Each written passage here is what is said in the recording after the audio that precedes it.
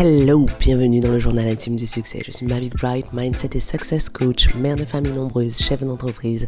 Je t'emmène dans les ups, les downs, les questions, les doutes, les changements, les réflexions que tu auras au fur et à mesure que tu réaliseras ta vision du succès. Ici, tu as le droit d'être indécemment ambitieuse, de pas toujours comprendre ce que tu ressens, mais de kiffer en te réalisant.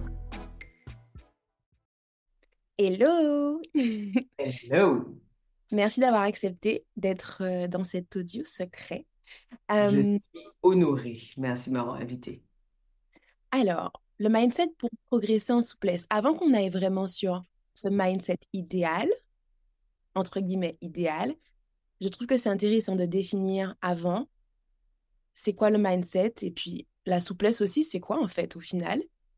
Je te propose que je commence avec la souplesse. C'est quoi exactement? En fait, pour être large, la souplesse, c'est la qualité physique, c'est ce que tu peux faire, ce que ton corps peut faire à une grande amplitude de mouvement, que ce soit de manière active ou que ce soit de manière passive. Donc en mouvement ou tout simplement quand tu peux descendre loin dans un mouvement, en fait, au niveau articulaire, au niveau musculaire. C'est ça, la souplesse, en fait. Et le mindset, c'est quoi exactement? Le mindset, c'est l'ensemble des valeurs, des croyances que tu as et qui vont prédéfinir la façon dont tu vas agir et réagir, et en particulier lors des circonstances adverses. Ça veut dire que ton mindset, c'est une espèce de filet de sécurité. C'est le filet de sécurité que les trapézistes ont sous eux. C'est-à-dire que quoi qu'il advienne, en fait, c'est ça qui va sous-tendre tous les mouvements que tu vas faire au-dessus en tant que trapéziste. Tu vas aller plus ou moins loin en fonction du filet qui est en dessous de toi. Donc, ton mindset, c'est ça. C'est cet ensemble de choses dont tu n'as pas conscience la plupart du temps, que tu ne mobilises pas consciemment la plupart du temps, mais qui prédéterminent la façon dont tu agis ou tu réagis. Et donc, selon les études, ton mindset te prédispose à un niveau de succès ou pas. Le point positif, c'est qu'on peut toujours travailler sur notre mindset, renforcer notre mindset et acquérir un nouveau mindset. Et tu vois, tu as déjà commencé à répondre à la question suivante. Pourquoi en fait travailler son mindset? Enfin, tu as commencé, mais du coup, et aussi par rapport à la souplesse aussi, je sais que j'ai souvent cette question, ça sert à quoi en fait de travailler sa souplesse? Pourquoi on travaille sa souplesse? Euh, on travaille sa souplesse parce qu'au fil du temps, on a tendance à penser que à cause de l'âge, il y a des choses qui se perdent. Et j'aime bien dire cette phrase que je t'avais entendu dire dans un podcast, dans ton podcast, où tu disais que tout ce sur quoi on ne travaille pas est amené en fait on est amené à régresser finalement ce sur quoi on ne travaille pas, et c'est vrai. Et au fil du temps, ben parfois on se met moins en mouvement parce que parfois on a d'autres priorités et on oublie son corps, et souvent c'est ce qui se passe. Et quand on me pose cette question, pourquoi travailler sa souplesse? Je réponds simplement pour préserver ton autonomie et kiffer ton corps en fait au fil des années. On, Alors, pour on rebondir sur ce que tu dis, je pense effectivement que beaucoup de femmes se mettent moins en mouvement ou de moins en moins en mouvement, pas forcément parce que ce n'est pas leur priorité, mais plutôt parce que le mode de vie néo-moderne est un mode de vie sédentaire. C'est-à-dire que il y a une cinquantaine d'années, bouger ne requérait pas d'effort de volonté ou d'effort d'organisation. Les transports étaient différents, le niveau de confort était différent. Du coup, forcément, tu marchais, plus tu allais plus dehors. Il n'y avait pas Netflix, donc ben, le week-end, tu allais à la plage, à la rivière, à la montagne, en pique-nique. La deuxième chose, c'est que quand quelque chose requiert de l'engagement, le comportement normal de notre cerveau, c'est de nous en préserver, c'est de nous éviter de le faire. Et c'est pour ça que tellement de femmes ne se mettent pas en mouvement. Et ce que j'ai tendance à dire, et ça c'est vraiment une question de mind, c'est une question de réévaluation cognitive. Bien sûr qu'à un moment, ça a représenté une avancée extraordinaire, qu'on permette aux gens de s'asseoir pour travailler, qu'on permette aux gens de faire un certain nombre de choses de façon plus confortable. À un moment, il fallait arriver à faire en sorte que les gens aient moins de souffrance, puissent travailler plus longtemps. Mais c'est la même chose que les pensées. Des pensées qui ont pu être des pensées facilitantes à un moment peuvent, à un moment de ta vie, lorsque tu as évolué, lorsque ton environnement a évolué, devenir des pensées limitantes. Eh bien, c'est la même chose. Ce qui a représenté une avancée extraordinaire quand nos mères et nos grands-mères ont enfin pu s'asseoir pour bosser, aujourd'hui est devenu un comportement limitant. Et là, c'est vraiment de la réévaluation cognitive. Travailler sur sa souplesse, c'est donc accepter que ce qui a aidé à un moment soit en train non seulement de ne plus nous aider, mais de nous nuire. Et donc, lorsque décider de travailler sur sa souplesse, on peut le voir de deux façons. On peut se dire, c'est une chose de plus que j'ai à faire, donc j'ai pas le temps. Ce qu'on peut comprendre, les femmes n'ont pas le temps aujourd'hui. Ou alors on peut se dire, je vais faire évoluer ma vie de façon à intégrer la souplesse dans mon quotidien. Et pour ça, on a besoin de professionnels, c'était mon aparté. Alors, tu étais en train de dire pourquoi travailler sur la souplesse. Je vais te dire pourquoi travailler sur le mindset. Alors, la première des choses, c'est qu'on n'est pas obligé de travailler sur son mindset, hein. Enfin, si ça vous intéresse pas, ne travaillez pas sur votre mindset. Euh, pour moi, travailler sur son mindset est important à partir du moment où on se conçoit comme un être en évolution. L'homme est en permanence en mutation. Tout au long de notre vie, nous sommes en mutation et tout au long de notre vie, notre cerveau va se modifier en fonction des comportements qu'on va avoir, des choix qu'on va faire, de la façon dont on va le nourrir. Donc, il va se modifier de toute façon. Et c'est là qu'intervient le choix et le libre arbitre. Est-ce que tu vas laisser ton cerveau se modifier? Ben, au petit bonheur, la chance. Et il se peut que ça soit bon pour toi, mais il se peut aussi que ça te nuise. Ou est-ce que tu vas prendre le contrôle de la façon dont ton cerveau se modifie? Parce qu'à partir du moment où tu choisis de renforcer son mindset, ça veut dire que potentiellement, tu sais que tu vas évoluer, tu sais qu'à un moment ou à un autre, tu auras des choses moins agréables que les autres et tu fais le choix par anticipation de te préparer à ces phases de façon à ne pas te laisser stopper par les vents contraires. Un avion, ça ne se pose pas parce qu'il y a des vents contraires. On vous dit juste, il y a des turbulences, mais on va y aller. C'est ça, une personne qui a un mindset qu'elle renforce. Ok. Là, comme ça, après, comment compléter tout ça, en fait? Et c'est tellement ça, c'est comme ça que je le vis. Et je rebondis sur ce que tu as dit, intégrer dans sa vie, dans son quotidien, essayer de trouver une organisation pour justement, en fait, intégrer le mindset, la souplesse à tout ce qu'on a à faire, en fait, dans la semaine. Et je sais que souvent, on a cette tendance à se dire, oui, mais ça va prendre forcément du temps parce que j'ai jamais fait ça. Oui, mais du coup, je comprends pas. Enfin, il y a toutes ces petites croyances qui viennent après et on se dit, mais on n'y arrivera jamais parce qu'on a des automatismes, en fait, qui fait que c'est compliqué. Et en fait, non.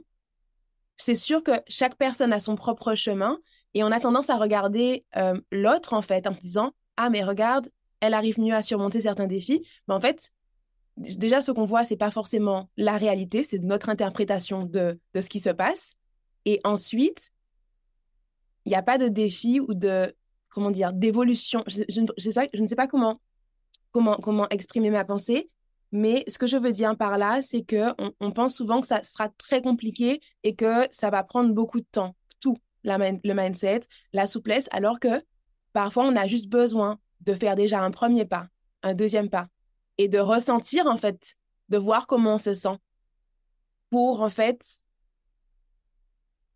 comment dire Alors, ça? là, j'ai compris où tu veux en venir. La première chose qu'il faut garder en tête, c'est que l'être humain est un être d'habitude. Donc, ce qui protège notre cerveau de la surchauffe, ce qui nous protège, l'une des choses, l'un des mécanismes qui nous protège de la folie, c'est le fait que notre cerveau cherche en permanence à transformer les choses en habitude. Et c'est toujours très drôle parce que je me fais souvent objecter le fait que la routine, ce soit chiant, les habitudes, c'est chiant.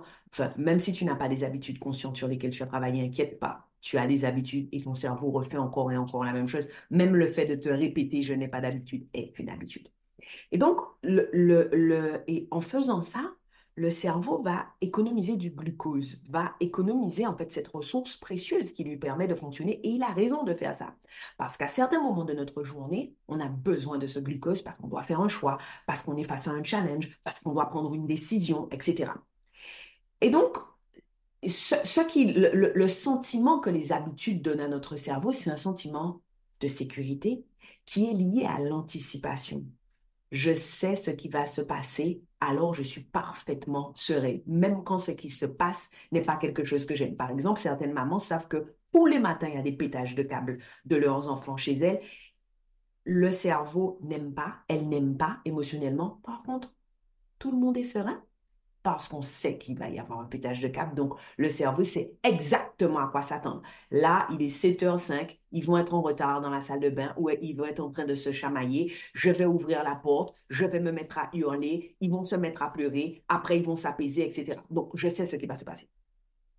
Et donc, ce que le cerveau va faire, c'est que chaque fois que l'idée de faire quelque chose de différent, donc quelque chose de disruptif dans les routines, dans les habitudes, va survenir, le cerveau va te bombarder, en tout cas, notre cerveau reptilien, la vieille partie de notre cerveau, va bombarder le cortex préfrontal, la partie qui prend les décisions, qui avance, va bombarder le cortex préfrontal d'injonctions pour le convaincre qu'il ne faut surtout pas changer.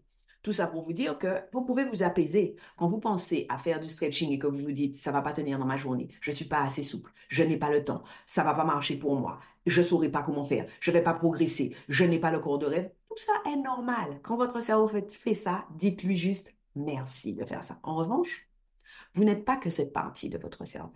Il y a une autre partie de votre cerveau, la plus jeune des parties de notre cerveau, qui, elle, le job, c'est de nous projeter vers l'avant. Et donc, au moment où on se dit tout ça, ce qu'il faut faire, c'est prendre du recul pour se regarder penser. C'est ce qu'on appelle de la métacognition. J'entends ce qui se passe, donc je commence par prendre conscience de ce qui se passe dans mon cerveau et je vais faire un pas en arrière et je vais écouter ce qui se passe dans mon cerveau. En écoutant ce qui se passe dans mon cerveau, je vais me dissocier de ce que mon cerveau reptilien est en train de faire. Le gars, il fait son job. Et cette partie qui prend du recul, en général, c'est plutôt la partie jeune de notre cerveau. Et à ce moment-là, ça ne sert à rien de faire les trucs stériles du genre je suis la meilleure, je vais y arriver, rien ne me résiste. Ça, le cerveau n'y croit pas et le système nerveux se contracte quand on dit ça. Non. Ce que vous pouvez faire, c'est vous dire et si j'essayais? Ça, c'est la première des choses. La deuxième des choses, c'est que vous pouvez vous dire et si je me donnais tant de temps pour trouver une organisation qui me convienne? Et si je me donnais tant de temps pour trouver les mouvements qui me conviennent? En fait, en faisant ça et en étant accompagné par une professionnelle, vous allez apaiser votre cerveau parce que vous n'y allez plus en vous disant c'est tout blanc ou tout noir. Vous y allez en vous disant je suis au milieu et je vais créer la palette de couleurs qu'il y a entre le blanc et le noir. L'autre chose qu'il faut que vous ayez en tête, c'est que, en fait, vos intentions, alors c'est un terme qui est extrêmement galvaudé, du coup, personne ne sait très bien ce que c'est que de poser une intention, mais vos intentions sont des outils extrêmement précieux pour rediriger votre focus. Si à un moment ou à un autre, vous avez envisagé de faire du stretching, c'est peut-être que vous avez mal au dos. Peut-être que vous avez envie de recommencer à bouger et vous aimez bien l'idée de faire cette activité-là. Vous avez vu Magali faire des figures de dingue sur son Instagram. Peu importe la raison pour laquelle vous voulez faire du stretching, il n'y a pas de raison plus noble l'une que l'autre. Quand vous y avez pensé, ça a fait son chemin et vous vous êtes mise à vous envoyer des objections. Posez une intention. Quelle est mon intention? Si je fais du stretching, je le fais dans quelle intention? Parfois, c'est une intention physique et parfois, c'est une intention purement émotionnelle ou mentale. Par exemple, ça peut être je veux apaiser mes émotions et j'ai besoin de mouvement pour réguler mes émotions. Ça peut être j'ai besoin d'une activité socialisante, je vois plus suffisamment de gens. Ça peut être aussi je suis absolument convaincue que si j'acquiers de la souplesse physique, je vais augmenter ma souplesse intellectuelle.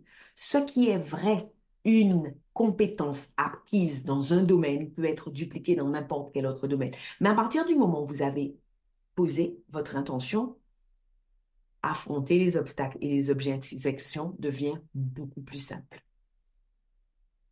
Je trouve ça génial et ça donne un socle énorme pour celles qui hésitent ou qui ont, voilà, plein de peurs ou de je ne sais pas euh, comment me lancer. Et il y a je le dis souvent, il y a cette pensée que quand on commence la souplesse, qu'il s'agit que d'exercice en fait. Que c'est juste, je vais dans un exercice et en fait, je répète et en fait, ça va faire quelque chose. C'est pour ça que je t'ai contacté parce que je sais que la manière dont on va parler à soi-même, la manière dont on va penser, influera énormément la vitesse de sa progression, mais aussi le vécu de sa progression. Et ma dernière question pour toi, c'est justement, euh, et je pense que comme tu dis, ça se duplique dans d'autres domaines, comment on fait, qu'est-ce qu'on peut faire, et je sais qu'il y a énormément de réponses pour justement travailler son mindset, développer son mindset idéal, parce qu'en fait, il n'y en a pas un idéal pour tout le monde.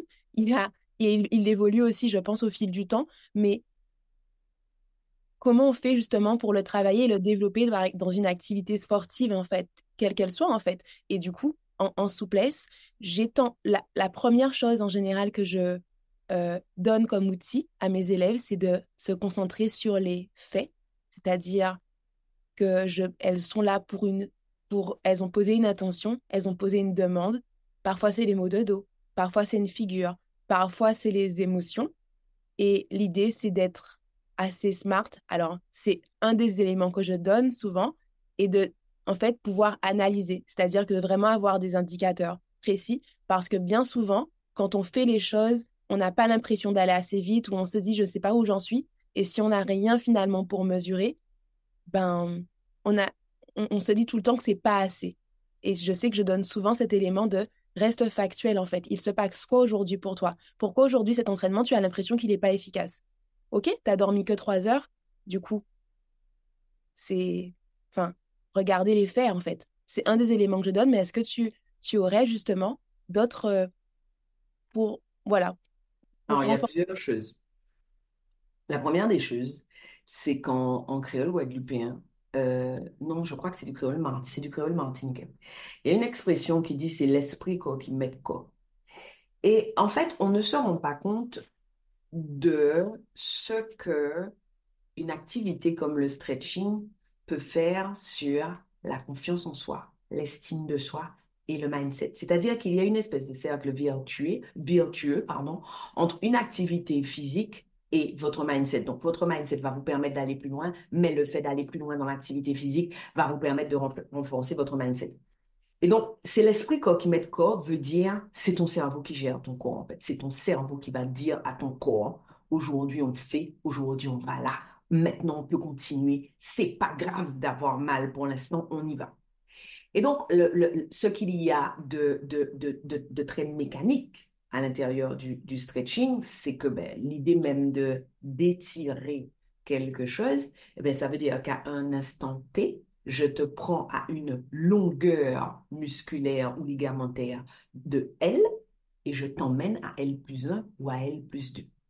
Mais pour arriver à ce L+1, L+2, il va falloir que j'arrive à laisser faire le muscle. Il y a ce moment où tu vas dire, ton cerveau va dire à ton corps, continue, on est en sécurité. Je dis ça pourquoi? Parce que pour renforcer son mindset vis-à-vis d'une activité physique, quelle qu'elle soit, il faut qu'on arrive bien disposé. Il faut que tu arrives en te disant, ça va être fun, je vais progresser. Et à défaut d'être fun, parce qu'il y aura des jours hein, où ça va pas être fun. À défaut d'être fun, dans ces moments-là, tu te prouves qui tu es. Tu te prouves quel genre de personne tu es. Et juste se répéter ça, te dire, enfin, je vais faire quelque chose qui, de prime abord, me rend un peu vulnérable ou me met dans l'inconfort, je vais quand même faire cette chose. Ça, ça te prédispose de façon positive pour l'activité physique et ça renforce ton mindset. La deuxième chose sur laquelle il faut se concentrer, c'est que une intention, ce n'est pas un objectif. Quand quelqu'un arrive en se disant, je veux faire un écart facial parfait, ça, c'est de la pression inutile pour le cerveau, en fait. L'écart est un résultat. L'écart est une conséquence. L'écart est le cadeau.